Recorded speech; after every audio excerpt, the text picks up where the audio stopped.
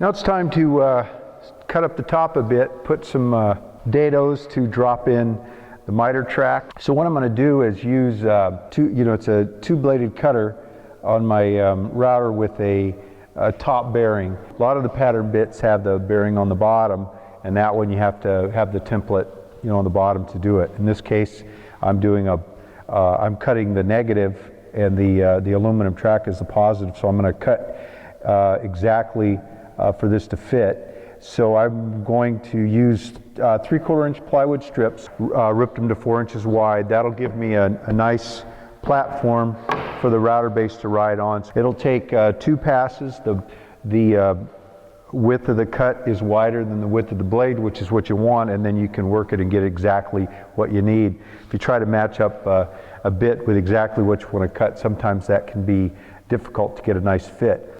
And I've just put 2 of its screws in it just to hold it in place while I set up the template. A lot of guys use MDF for this. It's probably better for templates, for your patterns. It's real smooth. The router will ride on it, slide right across it. And then on plywood, you have to be careful for the edges. They can be a little choppy if there's any hollows or anything, whereas MDF is real solid. I hate MDF. I avoid using it at all costs. Now I want to set the depth flush with the top. I definitely don't want it sticking up, a skosh deeper than the actual, if this is a little bit below the top, there's nothing wrong with that. By just setting the router on top, and so there it's sitting on top of the 3/4 pattern, and also the actual material or the positive that I'm going to drop into there. And I can go until I just touch the plywood and lock it down. Because I want to make sure that it's flush with the top or possibly just slightly below. A good tool to have in your toolbox is a deck of cards. They work great for measuring, and when you want to space something very precisely, they make great shims for that. And they're 1/128th of an inch. Add that to the mix, and it'll hardly be noticeable in the measurement, but it'll help. When you're using a flush cutter like this, the bearing and the blade are right next to each other.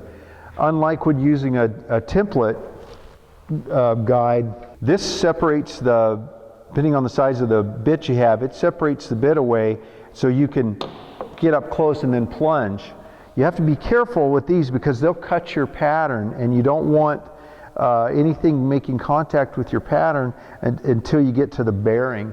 Otherwise you'll cut your pattern and then you've got to replace it. It's no good to you after that. So what you want to do is start your plunge in the middle and then come toward your template.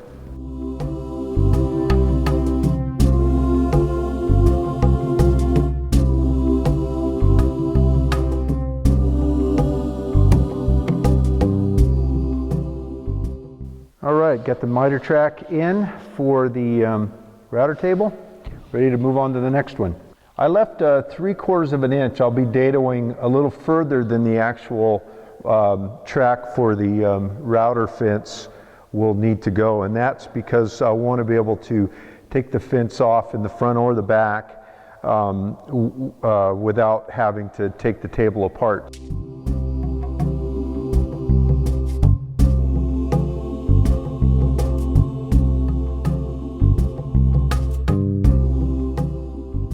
So I routed out the first cut for the router plate. I can't test fit it because I have to hog out the middle. Just to make sure that I'm at least deep enough, taking my calipers, my digital calipers, I can run this down.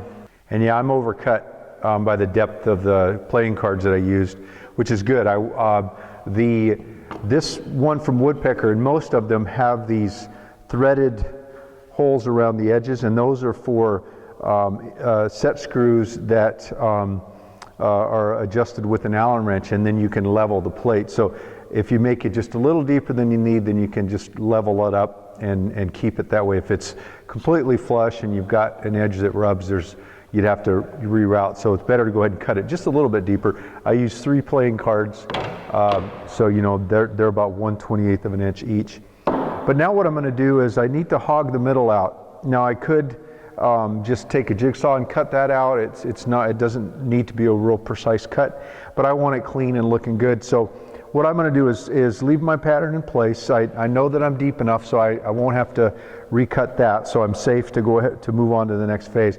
So I'm just taking some 1/2-inch plywood. It's actually 7/16, and I'm going to pin that in on my pattern, and so that will leave a 1/2 inch.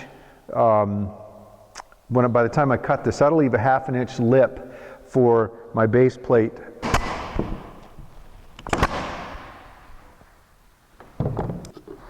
I also don't need to be worried about the depth this time because I'll be cutting all the way through. One of the nice things about these Festool routers, but besides the fact that everything about them is nice, being able to unhook the cord right here when you're messing with that so you don't hit the trigger and do any damage to the digits.